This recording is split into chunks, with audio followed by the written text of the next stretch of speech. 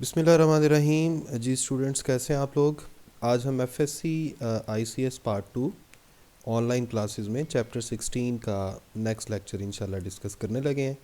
और आज के लेक्चर में हम डिस्कस करेंगे पावर इन एसी सर्किट्स का एक छोटा सा शॉर्ट क्वेश्चन है ये, और एक बड़ा इंपॉर्टेंट लॉन्ग क्वेश्चन है सीरीज़ रेजोनेंस सर्किट या आरएलसी सीरीज सर्किट।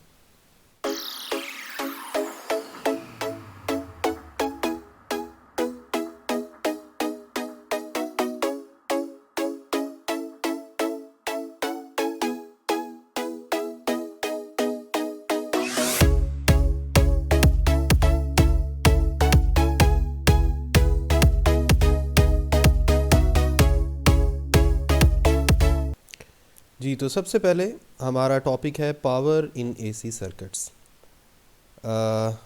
इससे पहले चैप्टर 13 में डीसी सर्किट्स में आपको याद होगा, चैप्टर 13 में हमने पावर डिसिपेशन का एक टॉपिक किया था, जिसमें हमने रेजिस्टर के थ्रू पावर डिसिपेशन के लिए कुछ फार्मूले पढ़े थे, जिनमें से एक फार्मूला था P is equal to V I, दूसरा था P is equal to I square R, और थर्ड जो फॉर्मूला था वो था V square divided by R।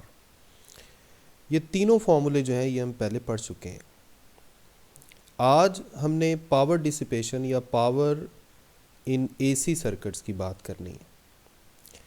और एसी सर्किट्स में पावर फाइंड करने के लिए हम ऐसा करते हैं, इससे पहले जो हमने एक सर्किट पढ़ा था आरएल सीरीज सर्किट, उसकी जो फेज़र डायग्राम है उसको डिस्कस करते हैं। इससे पहले सर्किट में हमने जो फेज़र डायग्राम की थी ये सामने आपको इस वक्त नज़र भी आ रही है। मैं इसको दोबारा से ज़रा खुला करके बना देता हूँ एक दफ़ा। यहाँ पे आई आर एम एस जो है, इसका फेज़र वेक्टर जो करंट का फेज़र वेक्टर था, जिसकी length I R M S है, इसको पॉजिटिव एक्स एक्सिस पे ले लिया था। पोटेंशियल ड्रॉप अक्रॉस रेजिस्टर, ये करंट के ही अलॉन्ग आ गया था। और इंडक्टर के केस में जो पोटेंशियल है वो चूँकि लीड करता है करंट से, तो वो 90 डिग्री आगे कर दिया, लीड कर रहा है। और इन दोनों का जो रिज़ल्टेंट है, अगर हम वी एल के वेक्टर को उठा के वी आर के वेक्टर के हेड पे रख दें, तो इनका जो रिज़ल्टेंट है वी आर और वी एल का, ये था असल में phasor vector V R M S का। वी आर एम एस क्या है? ये टोटल सप्लाइड वोल्टेज है। और आई आर एम एस क्या है? ये रिज़ल्टेंट जो करंट फ्लो कर रहा है सर्किट के अंदर, पूरा का पूरा टोटल करंट, उसकी आर एम एस वैल्यू है। और इन दोनों के दरमियान जो फेज़ डिफरेंस है दैट इज़ थीटा।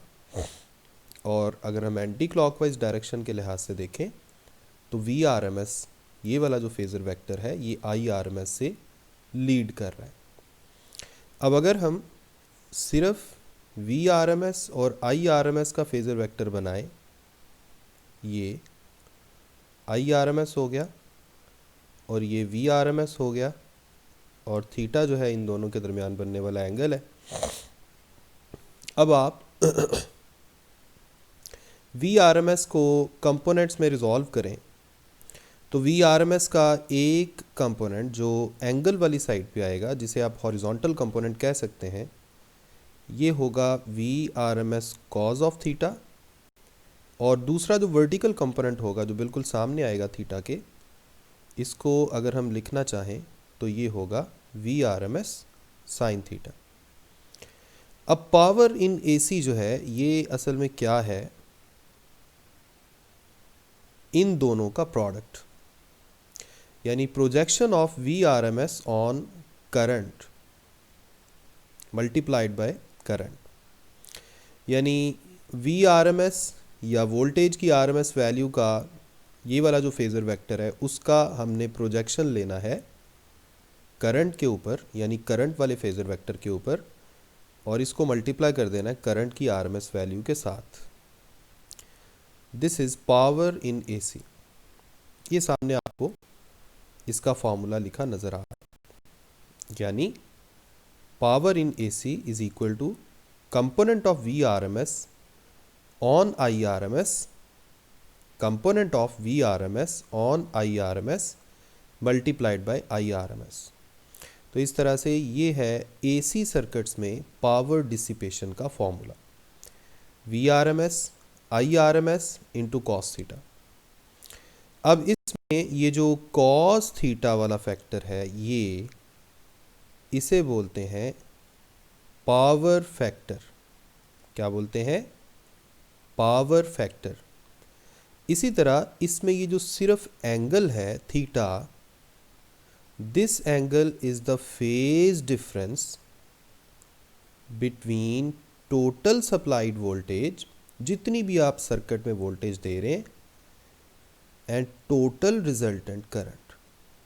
यानी ये V और I के दरमियान फेज का डिफरेंस है। और VRMS और IRMS को तो आप जानते हैं कि ये क्या है, ये वोल्टेज और करंट की RMS वैल्यूज़ हैं।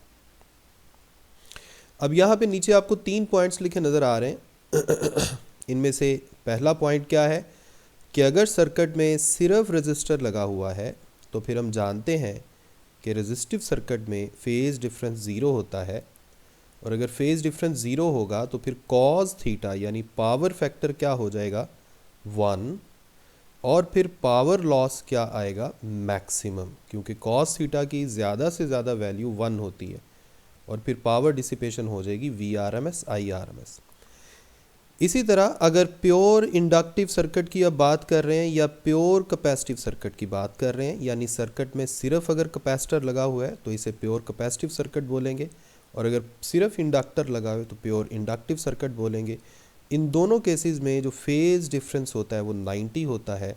तो इस केस में कॉस 90 यानी पावर फैक्टर क्या हो जाएगा? 0।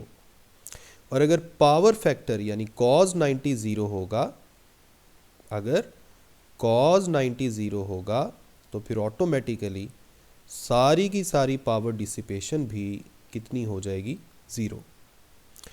अब आते हैं अपने नेक्स्ट 2 सर्किट्स की तरफ जो हमने रिसेंटली पढ़े हैं, RC और RL सीरीज सर्किट। हम जानते हैं, अभी पिछले लेक्चर में मैं डिस्कस भी कर रहा था कि RC या RL सीरीज सर्किट में जो फेज डिफरेंस है टोटल वोल्टेज और टोटल करंट के दरमियान, वो ना तो 0 होता है ना 90 होता है, 0 और 90 के दरमियान में होता है कोई भी value, greater than 0 and less than 90। इसका मतलब ये हुआ कि जो पावर फैक्टर है उसकी वैल्यू भी 1 और 0 के दरमियान में कोई आएगी, यानी कॉस थीटा की वैल्यू भी 1 और 0 के दरमियान में कोई भी हो सकती है, एंड जो पावर डिसिपेशन है उसकी वैल्यू भी VRMS और 0 के दरमियान में हो सकती है, यानी मैक्सिमम और मिनिमम के दरमियान में कोई भी। तो ये था आपके पास पावर इन AC सर्किट्स के बारे में थोड़ी सी डिस्कशन। अब हम आते हैं अपने मेन टॉपिक की तरफ, जो आज का हमारा मेन टॉपिक है, और वो है जी सीरीज रेजोनेंस सर्किट। ये लॉन्ग क्वेश्चन भी है और इम्पॉर्टेंट लॉन्ग क्वेश्चन है और समझने वाला भी है, इसलिए थोड़ा सा ध्यान से आपने बैठना है। सीरीज रेजोनेंस सर्किट, अच्छा आप इसको एक्सेप्टर सर्किट भी कह सकते हैं, एक्सेप्टर सर्किट। इसी तरह इसको हम RLC सीरीज सर्किट भी कह सकते हैं। चाहे RLC सीरीज सर्किट लिखा हो, चाहे एक्सेप्टर सर्किट लिखा हो, चाहे सीरीज रेजोनेंस सर्किट लिखा हो, तीनों बातों का मतलब एक ही है। तो अब आते हैं अपने सर्किट की तरफ। सबसे पहला काम आपने ये करना है कि आपने बड़ा खूबसूरत सा सर्किट बनाना है। इसमें आप देखें तीनों चीज़ें हमने लगाई हैं, R L यानी इंडक्टर और C यानी कैपेसिटर। और इसको हमने एसी जनरेटर के साथ कनेक्ट कर दिया।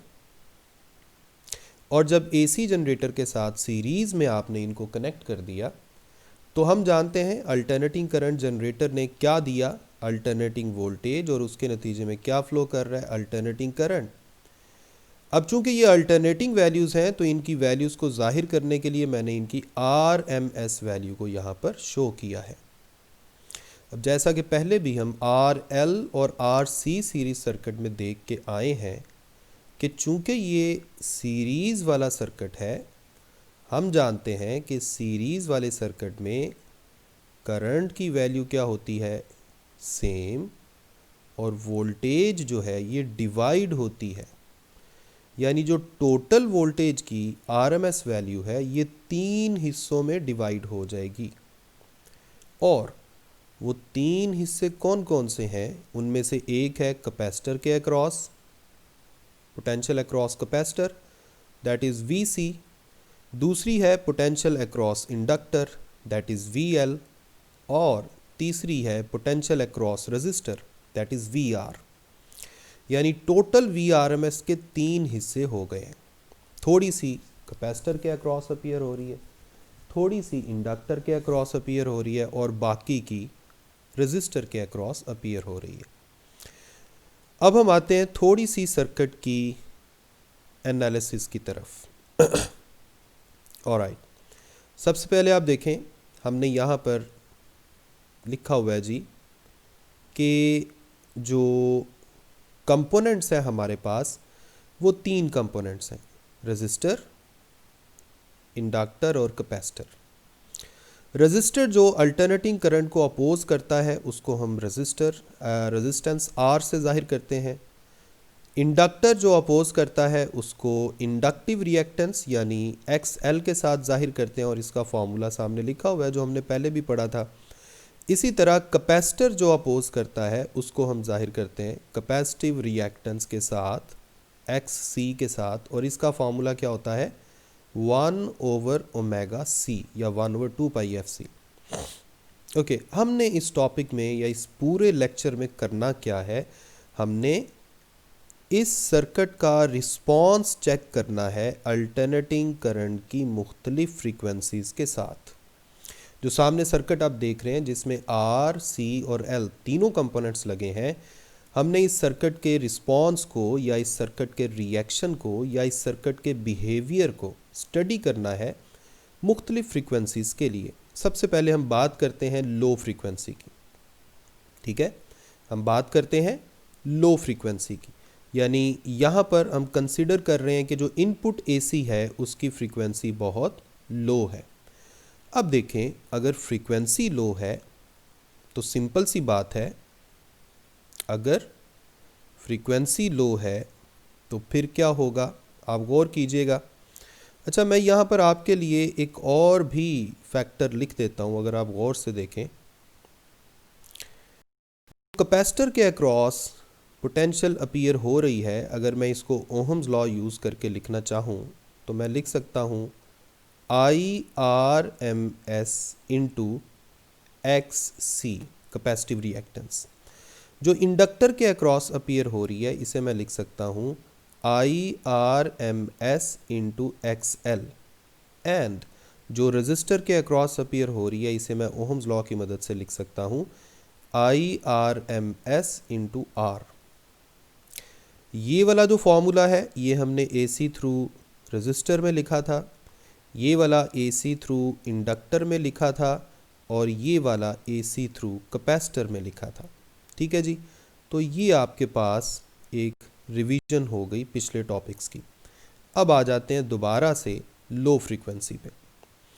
अच्छा जी, अगर हम लो फ्रीक्वेंसी की बात करें तो मैं ऐसा करता हूँ, यहाँ पर तीनों कंपोनेंट्स की जो ऑपोजिशन है वो लिखता हूँ। रेजिस्टर की ऑपोजिशन R, कैपेसिटर की opposition XC is equal to 1/2πfc, और इंडक्टर की ऑपोजिशन को हम जाहिर करते हैं 2πfl। अब आप देखें, फ्रीक्वेंसी कम हो या ज़्यादा हो, रेजिस्टर को तो कोई फ़र्क नहीं पड़ता क्योंकि इसका ताल्लुक फ्रीक्वेंसी के साथ है ही नहीं है। लेकिन कैपेसिटिव रिएक्टेंस और इंडक्टिव रिएक्टेंस पे फ़र्क पड़ता है। अगर आप लो फ्रीक्वेंसी की बात करें, अगर इनपुट फ्रीक्वेंसी लो होगी तो इंडक्टिव रिएक्टेंस तो लो होगी क्योंकि इसका फ्रीक्वेंसी के साथ डायरेक्ट रिलेशन है, लेकिन कैपेसिटिव रिएक्टेंस हाई हो जाएगी। इन अदर वर्ड्स हम कह सकते हैं कि capacitive reactance is greater than inductive reactance. ठीक है जी, capacitive reactance is greater than inductive reactance. Okay जी, नेक्स्ट है, अगर कैपेसिटिव रिएक्टेंस ग्रेटर है, ये देखें, ये मैंने नीचे लिखा भी हुआ है, at low frequency of input inductive reactance is small, capacitive reactance is large, so capacitor dominates. Circuit में कौन डोमिनेट करता है? कैपेसिटर। और कौन जो है वो एब्सेंट बिहेव करेगा? एब्सेंट बिहेव करने से क्या मुराद है कि कौन जो है उसकी सर्किट में हैसियत जो है वो ना होने के बराबर हो जाएगी, और वो है इंडक्टर, क्योंकि इंडक्टिव रिएक्टेंस तो बहुत कम हो गई है और ज़्यादा डोमिनेंट कौन कर रहा है? कैपेसिटर कर रहा है। सर्किट में अब रेजिस्टर तो पहले से ही था, कैपेसिटर ने डोमिनेट करना शुरू कर दिया, तो इसका मतलब ये हुआ कि लो फ्रीक्वेंसी पे जो RLC सर्किट था उसने सिर्फ RC सर्किट के तौर पे बिहेव करना शुरू कर दिया।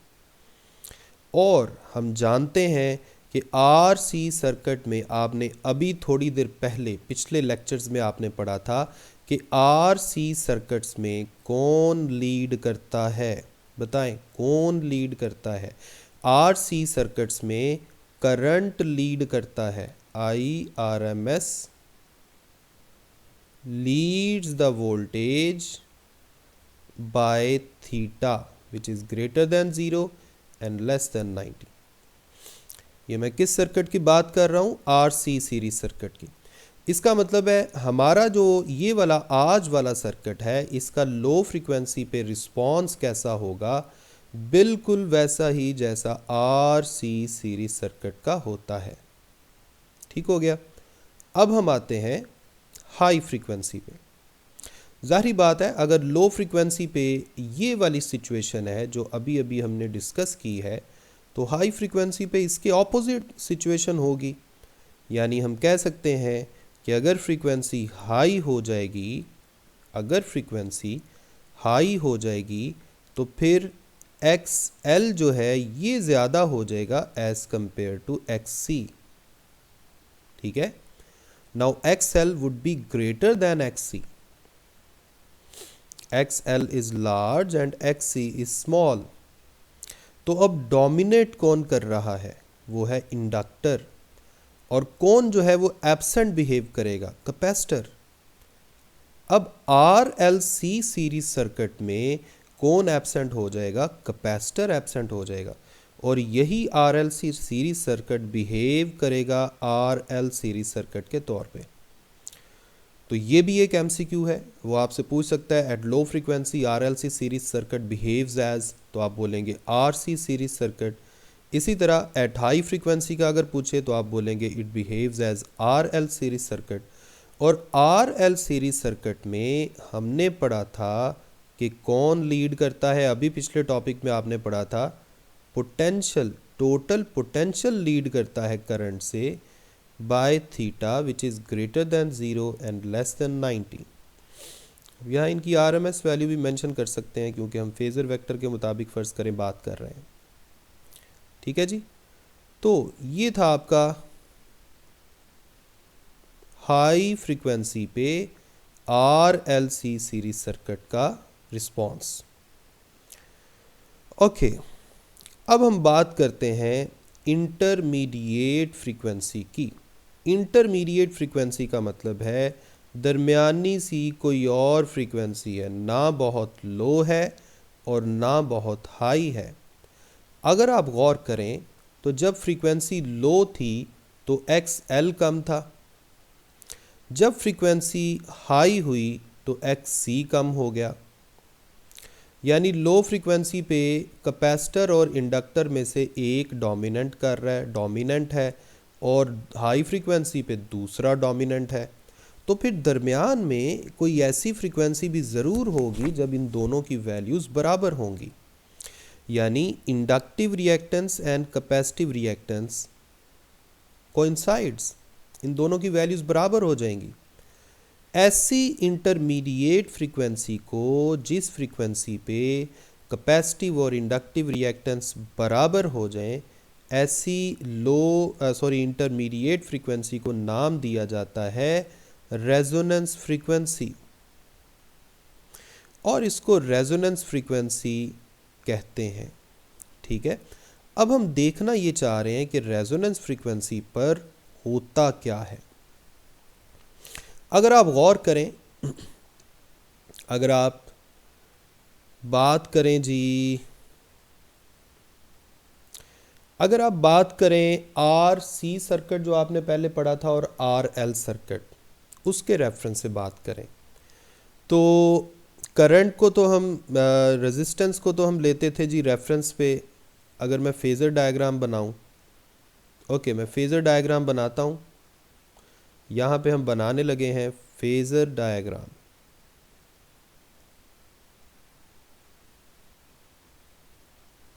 ठीक है जी, फेज़र डायग्राम में हम आर को लेते हैं रेफरेंस के तौर पे। ठीक है, आर को लेते हैं रेफरेंस के तौर पे। उसके बाद हम बात करते हैं जी एक्स एल। एक्स एल जो है ये लीड करता था। ठीक है, इसको हमने 90 डिग्री लीड करवा लिया। एक्स सी जो है ये लैग करता था, इसको हमने 90 लैग करवा लिया। अब अगर आप गौर करें तो अब सिचुएशन क्या है, सिचुएशन कुछ ऐसी है कि चूंकि रेजोनेंस फ्रीक्वेंसी की हम बात कर रहे हैं, किस फ्रीक्वेंसी की बात कर रहे हैं, रेजोनेंस फ्रीक्वेंसी की, और रेजोनेंस फ्रीक्वेंसी में एक्स सी और एक्स एल तो बराबर होते हैं, एक्स सी और एक्स एल की वैल्यू तो बराबर होती है, लेकिन इन दोनों में फेज़ का डिफरेंस कितना आ रहा है, 180 का, यानी दोनों एक दूसरे के ऑपोजिट हैं।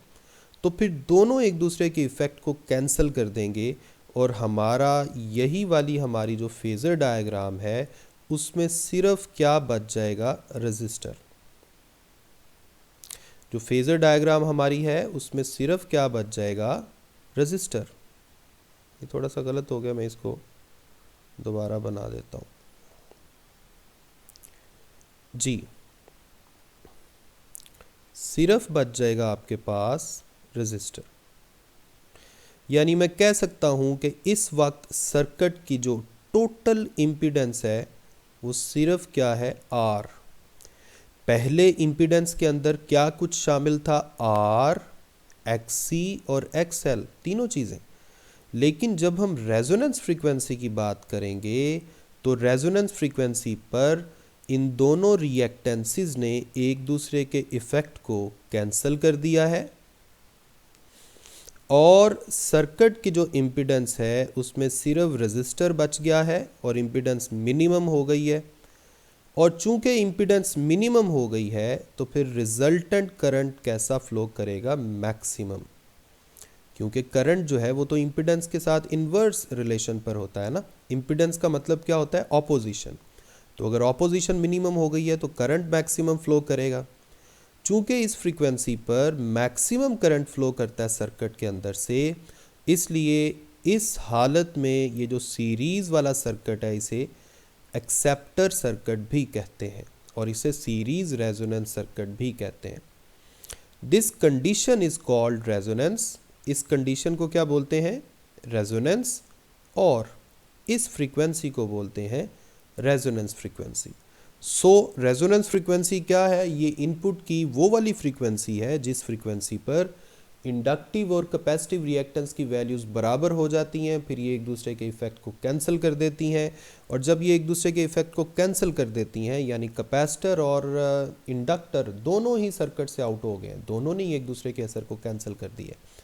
अब सर्किट में सिर्फ बचा है रजिस्टर, यानी रेजिस्टेंस जो है सिर्फ उसका ही इफ़ेक्ट आ रहा है।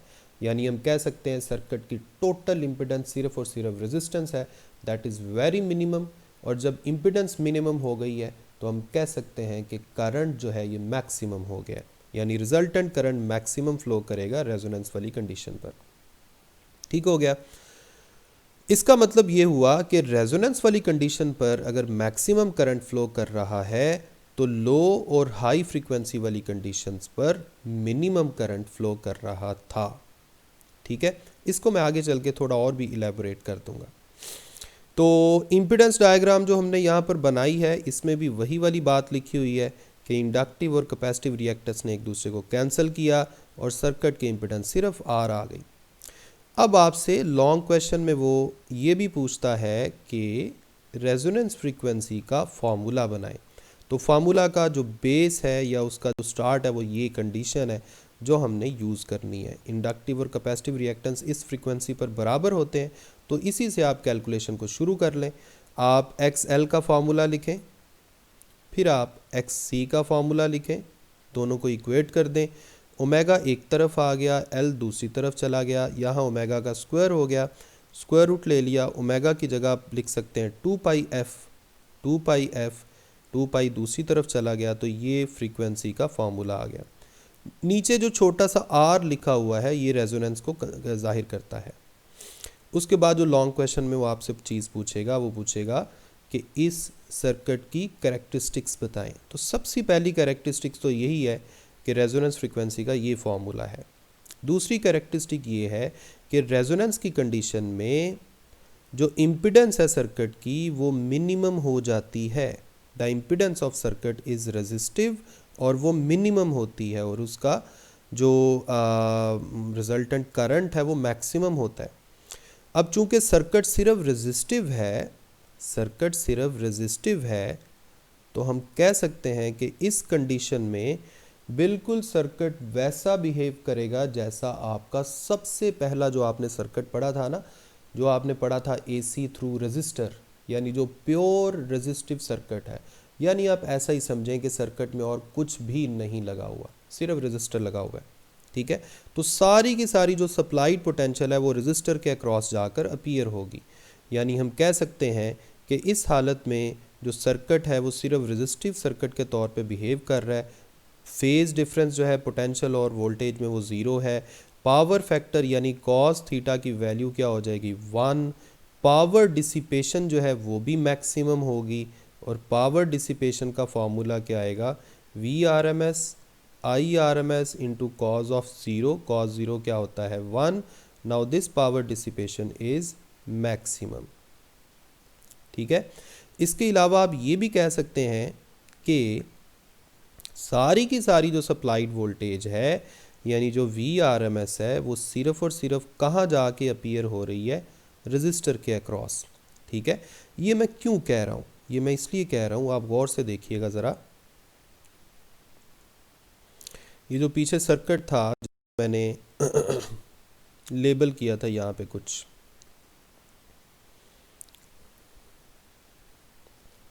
जी ये सर्किट आपको नज़र आ रहा है। अभी हमने ये बोला वाली कंडीशन पर इंडक्टिव और कैपेसिटिव रिएक्टेंस एक दूसरे को कैंसिल कर देते हैं। तो इसका दूसरा मतलब ये हुआ कि इंडक्टर के अक्रॉस जो वोल्टेज है और कैपेसिटर के अक्रॉस जो वोल्टेज है ये भी एक दूसरे को कैंसिल कर देती है और सर्किट में सिर्फ रेजिस्टर के अक्रॉस जो वोल्टेज है वो बच जाती है। यानी हम कह सकते हैं जो टोटल सप्लाइड वोल्टेज है वो सिर्फ किसके अक्रॉस अपीयर हो रही है रेजोनेंस वाली कंडीशन में रेजिस्टर के अक्रॉस। ठीक है जी, तो ये था आपका दूसरा पॉइंट जिसको एक्सप्लेन करना ज़रूरी था। अब आ जाएं थर्ड पॉइंट पे। पॉइंट वही है जो पहले हम डिस्कस कर चुके हैं कि रेजोनेंस वाली कंडीशन में सर्किट की जो इम्पिडेंस है ये मिनिमम हो जाती है और वो कितनी होती है R के equal. If amplitude of source is V0 is constant the current is maximum at resonance. जाहिर बात है अगर इम्पिडेंस मिनिमम है तो करंट मैक्सिमम होगा और उस मैक्सिमम करंट की वैल्यू ये है। अच्छा, इसके लिए हम ऐसा करते हैं, यहाँ पर ग्राफ बनाते हैं। ग्राफ में x एक्सिस पर फ्रीक्वेंसी है और y एक्सिस पे करंट है। पहले मैं इस ग्राफ को लो फ्रीक्वेंसी के लिए बनाने की कोशिश करता हूँ। आप देखें, हमने अभी शुरू में, इस लेक्चर के शुरू में, इस टॉपिक के शुरू में हमने ये बात डिस्कस की थी कि लो फ्रीक्वेंसी पे इंडक्टिव रिएक्टेंस, देखिए सबसे पहली बात तो ये कि ये तीनों सीरीज़ में लगे हुए हैं। सीरीज़ का मतलब क्या होता है कि करंट का पास करने का जो रास्ता है वो सेम है। ठीक है, आप समझ लें 3 गेट लगे हुए हैं और करंट ने इन तीनों के अंदर से गुजर के जाना है। लो फ्रीक्वेंसी पे इंडक्टिव रिएक्टेंस कम है लेकिन कैपेसिटिव रिएक्टेंस ज़्यादा है, यानी इंडक्टर का गेट खुला है लेकिन कैपेसिटर का गेट उतना ही ज़्यादा बंद है। हम कह सकते हैं कि जो ऑपोजिशन है या कंबाइंड ऑपोजिशन है या इम्पिडेंस है वो लार्ज है लो फ्रीक्वेंसी पे, और अगर लो फ्रीक्वेंसी पे कंबाइंड ऑपोजिशन या इम्पिडेंस लार्ज है तो जो रिजल्टेंट करंट होगा वो स्मॉल होगा। इसी तरह अगर मैं हाई फ्रीक्वेंसी की बात करूं तो हाई फ्रीक्वेंसी पे इंडक्टिव रिएक्टेंस हाई होगी लेकिन कैपेसिटिव रिएक्टेंस लो होगी। ये हमने सर्किट के शुरू में भी बात की थी, आप उसको रिवाइज कर सकते हैं वहाँ से। तो अगर इंडक्टिव रिएक्टेंस ज़्यादा है, कैपेसिटिव रिएक्टेंस कम है, तो आप समझ लें कैपेसिटर वाला गेट खुला हुआ है और इंडक्टर वाला गेट बंद है।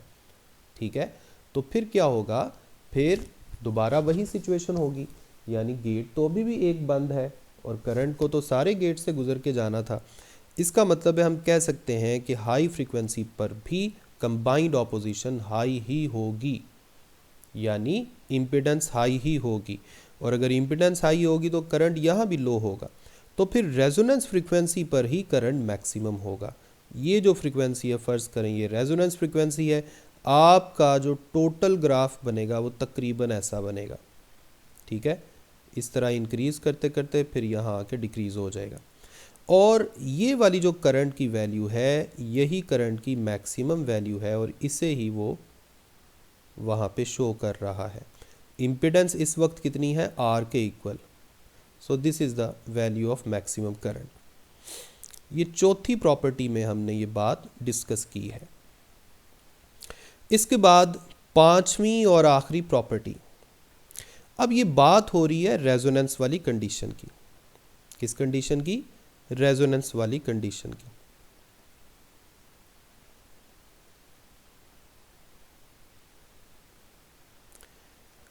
अगर हम रेजोनेंस की बात करें तो इंडक्टर के अक्रॉस जो वोल्टेज है, इसी तरह कैपेसिटर के अक्रॉस जो वोल्टेज है, ये सोर्स वोल्टेज से ज़्यादा भी हो सकती है। इसकी क्या वजह है, देखें सोर्स वोल्टेज इस वक्त रेजोनेंस वाली कंडीशन पे जो सोर्स वोल्टेज है वो तो सिर्फ कहाँ अपीयर हो रही है, कहाँ अपीयर हो रही है रेजोनेंस वाली कंडीशन पे, वो तो रजिस्टर के अक्रॉस अपीयर हो रही है इस वक्त। तो फिर जो VC और VL है इसके अक्रॉस भी तो कोई ना कोई वोल्टेज है, लेकिन ये इनके अक्रॉस जो वोल्टेज है ये एक दूसरे को कैंसिल कर रहे हैं। अब चूंकि कैपेसिटर और इंडक्टर के केस में एक के केस में वोल्टेज लैग करता है, दूसरे के केस में लीड करता है, यानी कैपेसिटर के केस में वोल्टेज पीछे रह जाता है करंट से और इंडक्टर के केस में आगे रह जाता है।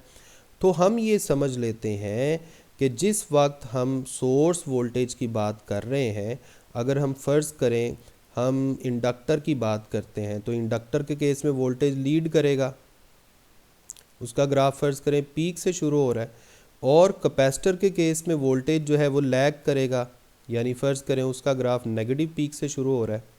और फ़र्ज़ करें इस वक्त जो रजिस्टर के अक्रॉस वोल्टेज अपीयर हो रही है, यानी जो सोर्स वोल्टेज है हो सकता है वो ज़ीरो पे हो, क्योंकि ये तो फेज़ डिफरेंस था इनका आपस में, इसलिए ये टाइम का लैग और लीड आ रहा है। तो अब देखें जो VL और VC हैं इनकी वैल्यूज़ VR के मुकाबले में तो ज़्यादा है इस वक्त ज़ीरो टाइम पे, लेकिन चूंकि वो फेज़ के डिफरेंस का चक्कर है इसलिए ये एक दूसरे को कैंसिल कर रहे हैं, ये एक दूसरे को क्या कर रहे हैं, कैंसिल, और सारी की सारी सप्लाइड वोल्टेज रजिस्टर के अक्रॉस अपीयर हो रही है। तो ये इसमें पांचवी और आखिरी प्रॉपर्टी थी। नेक्स्ट लेक्चर में इंशाल्लाह हम AC पैरेलल रेजोनेंस सर्किट पढ़ेंगे, जिसमें ये वाले जो कंपोनेंट्स जो आज सीरीज़ में थे उस में ये पैरेलल में रखे जाएंगे। तो ये मैं एक नज़र आपको ये टॉपिक रिवाइज़ करवा देता हूँ ताकि आपके लिए फिर इजी रहे। तो सबसे पहले आपने बनाना है सर्किट, फिर आपने लेबल करना है, फिर आपने ये ऑपोजिशन के बारे में लिखा, उसके बाद हमने लो, हाई और रेजोनेंस फ्रीक्वेंसी के लिए कुछ बातें की, और उसके बाद हम ये भी जानते हैं कि रेजोनेंस फ्रीक्वेंसी पे सर्किट जो है वो कैसा बिहेव करना शुरू कर देता है, रेजिस्टिव, यानी ऐसा ही कि जैसे सर्किट में सिर्फ आर लगा हुआ है। फिर हमने इम्पिडेंस डायग्राम बनाई जिसको मैंने खुला करके यहाँ पे बना दिया था। उसके बाद कैलकुलेशन फॉर रेजोनेंस फ्रीक्वेंसी, और उसके बाद आखिरी चीज़ आपने क्या की है, प्रॉपर्टीज़ या कैरेक्टरिस्टिक्स, और उसको यहाँ भी थोड़ा सा मैंने इलेबोरेट कर दिया। ठीक है, सो ये था आपका आज का लेक्चर। मैं उम्मीद करता हूँ कि आपको बहुत ठीक से समझ आई होगी। अगर फिर भी कोई प्रॉब्लम हो तो मुझे ज़रूर बताइएगा। अपना ख्याल रखें। अल्लाह हाफिज़।